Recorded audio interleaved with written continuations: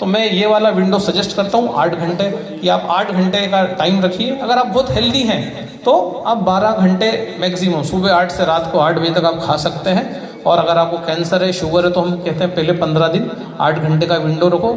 जब पहली बार मुंह झूठा करो उसके 8 घंटे के अंदर दोबारा मुंह झूठा करो, 15 दिन में आपका शुगर ठीक हो जाएगा।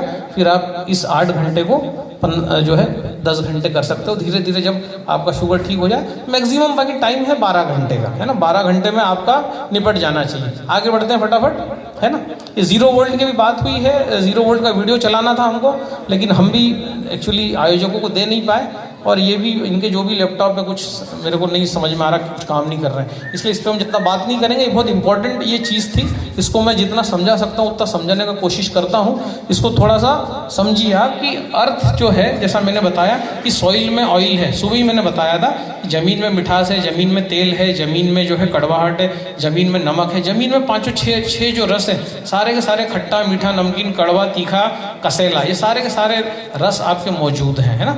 आंवले में 5 प्रकार के रस होते हैं, इसलिए आंवले को रसायन बोलते हैं। आंवले को रसायन इसलिए नहीं बोलते कि उसमें जो है कहीं से कोई शब्द आ गया है। जिसमें मैक्सिमम रस होते हैं वो रसायन होता है। आंवले में एक रस कम है, वो है लवण, नमक, वो आंवले में नहीं है। बाकी सारे रस आंवले में मौजूद है। इसीलिए आंवला खाने से आपके बाल काले होंगे, आपका पेट अच्छा होगा, आपका बीपी ठीक होगा, आपका शुगर ठीक होगा। आंवला जाना चाहिए बॉडी में, या तो मुरब्बे में चला जाए। हम कैंगन पानी में डाल के रख देते हैं आंवला, 9.5 pH का पानी लाते हैं, कांच का बर्तन लेते हैं ढक्कन वाला, उसमें 1-1.5 किलो आंवला डाल के रख देते हैं। रोज 3-4 आंवले खाते हैं, फिर खत्म हो जाते हैं, फिर उसमें डाल देते हैं। तो वो आंवले जो हैं बहुत ज़्यादा सड़ते ही नहीं, खराब ही नहीं होते, और बहुत फ़ायदा करते हैं आंवले। तो क्योंकि वो इलेक्ट्रोलाइज हो जाता है आंवला, तो वो ज़्यादा फ़ायदा करता है ना। तो ये चीज़ों का ध्यान रखना है। आगे बढ़ते हैं फटाफट आगे बढ़ो, है ना। बस, है ना। अभी इसके पीछे आगे जाना, थैलेसीमिया। हाँ, अभी थैलेसीमिया पेशेंट जिनमें खून नहीं बनता, उन पे एक स्टडी हुआ। उनको झरने के पास ले जाया गया, उसी मिट्टी पे उनको चलाया गया, झरने के पास ही रखा गया कि नंगे पैर इस पे चलते रहो झरने के आसपास की गीली मिट्टी पे। तो ये देखा गया, चौंकाने वाले आए, उनको जो खून की जरूरत पड़ रही थी ब्लड ट्रांसफ्यूजन की, वो जो है जरूरत उसमें कमी आ गई और बंद ही हो गई। क्योंकि धरती पे नंगे पैर चलना मतलब इलेक्ट्रॉन्स लेना। इसीलिए जब कैंगन वाटर लोग पीते हैं या कैंगन वाटर में पैर रख के बैठते हैं, तो उनका ब्लड ट्रांसफ्यूजन को उनकी ज़रूरत कम हो जाती है, आधी होती है, फिर कम हो जाती है। माइनर थैलेसीमिया में तो 100% अच्छे रिजल्ट आते हैं, और मेजर थैलेसीमिया में भी जो है 50-60% रिकवरी होती है, क्योंकि हमने भी इलेक्ट्रॉन्स दे दिए। इलेक्ट्रॉन्स किस में है? मट्टी में। इलेक्ट्रॉन्स किस में है? आपकी सब्जियों में। कब तक है? जब तक वो झाड़ से टिकी हुई है, लगी हुई। जैसे ही आपने उसको प्लग करके निकाल लिया, भले ही आप उसको कितना भी सूरज की धूप दे दो, उसको हवा दे दो, वो इलेक्ट्रॉन नहीं आने वाले उसमें, है ना। क्योंकि वो न जाने कब वो टमाटर, कब वो लौकी, कब वो कुमड़ा आपके घर आ रहा है। आगे बढ़ते हैं, इसलिए इसकी इंपॉर्टेंस है। ये स्टडी कहती है कि अगर किसी को कैंसर हो जाए, सेकंड के हिसाब से बताया गया है कि आपकी को 0 करना है वोल्टेज, मट्टी पे खड़े हो जाइए। अगर आपका मूड खराब हो रहा है, अगर आप तनाव में हैं, तो 20 मिनट जो है आप मट्टी पर खड़े रहिए। अगर आपकी धड़कनें बहुत बढ़ रही हैं, तो 34 से 45 मिनट आप खड़े रहिए। अगर आपको जो है नींद नहीं आ रही, नींद की बीमारी हो गई है, तो 1 से 2 घंटा मट्टी पर खड़े रहिए। और अगर आपको जो है घाव हो गए हैं, पार्किंसन हो गया है, आप उठा नहीं पा रहे, हाथ पैर कांप रहे हैं, तो आपको जो है रात भर मट्टी पे खड़े रहना पड़ेगा। इतने सारे इलेक्ट्रॉन आपको डालना पड़ेंगे मट्टी से, ये पूरा स्टडी कह रहा है। ब्लड कैंसर हो गया है, ब्लड डिसऑर्डर हो रहे हैं, तो 1 महीना आपको मट्टी पे ही खड़े रहना पड़ेगा, हिलना ही नहीं है, मट्टी पे ही रहना पड़ेगा 1 महीना, 24 घंटा इंटू 30, तब जाके वो आपका उस चीज में रिवर्सल होगा। ये स्टडी बताती है सारी, है ना। ये पूरे फॉरेन में बहुत सारी चीजों में स्टडीज होती हैं, तो ये बताती हैं कि इलेक्ट्रॉन्स की अहमियत क्या है, उनकी कीमत क्या है। यहाँ तो हमारे पास मशीन है, उसमें गाजर डाल दो, पानी निकालो, टमाटर डाल दो, धनिया पत्ता डाल दो, हर चीज में इलेक्ट्रॉन आ जाते हैं। इतना ईजी हो गया सिस्टम। इलेक्ट्रॉन्स को पैदा करना इतना कठिन है, लेकिन मशीन टेक्नोलॉजी से क्या हुआ प्लेटिनम और टाइटेनियम से पानी में इलेक्ट्रॉन्स जनरेट हो गए। इलेक्ट्रॉन्स जनरेट हो गए, आपने डाल दी, सब्जी डाल दी, सब उसके अंदर चले गए।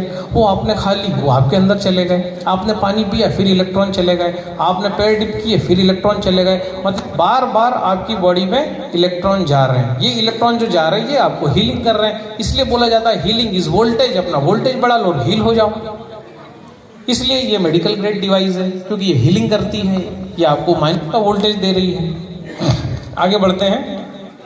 फुट है ना, आगे ये गेहूं के प्रोडक्ट है। अब पीछे जाना, हाँ, और आगे बढ़ाओ।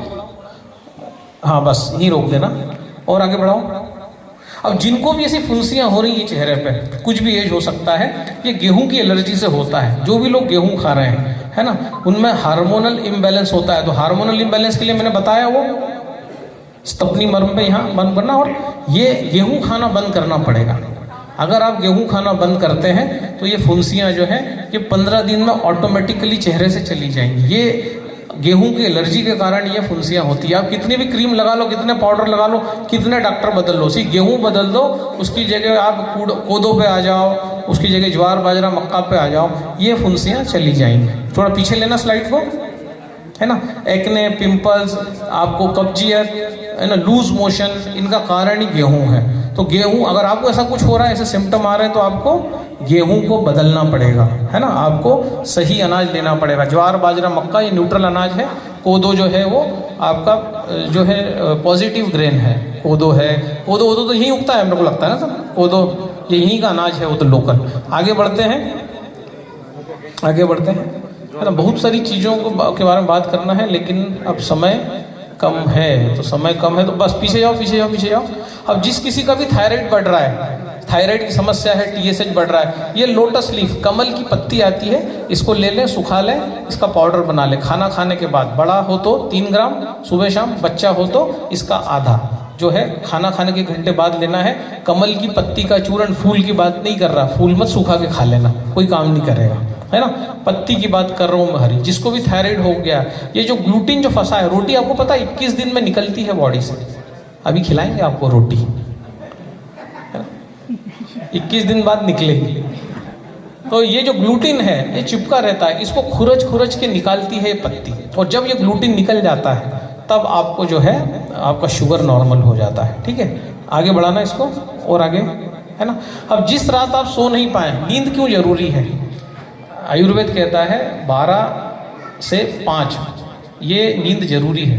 12 से 4 बजे बाद की नींद आपकी किसी काम की नहीं। मतलब अगर 10 से 4 सो रहे हैं तो बहुत ही अच्छा है। दिन में आप सोते हैं पॉइजनस है। 5 बजे आप उठ रहे हैं, आप भले ही 8 बजे उठो, लेकिन 4 बजे बाद की नींद आपको हेल्थ नहीं देगी। आपके ऊपर है आपको कब उठना है। लेकिन अगर आप 2 बजे सो रहे हैं, है ना, सास भी कभी बहुत ही देख के कि मैं तो आज पूरे ही निपटा दूंगी, है ना, तो उसका होगा क्या कि आपका शरीर अधिक शुगर मांगेगा। अगले दिन आपको बहुत ज़्यादा मीठा खाने की इच्छा होगी, क्रेविंग होगी, दूध शक्कर लेने की, मिठाई लेने की, मीठी चाय पीने की, क्योंकि आप रात को सोए नहीं।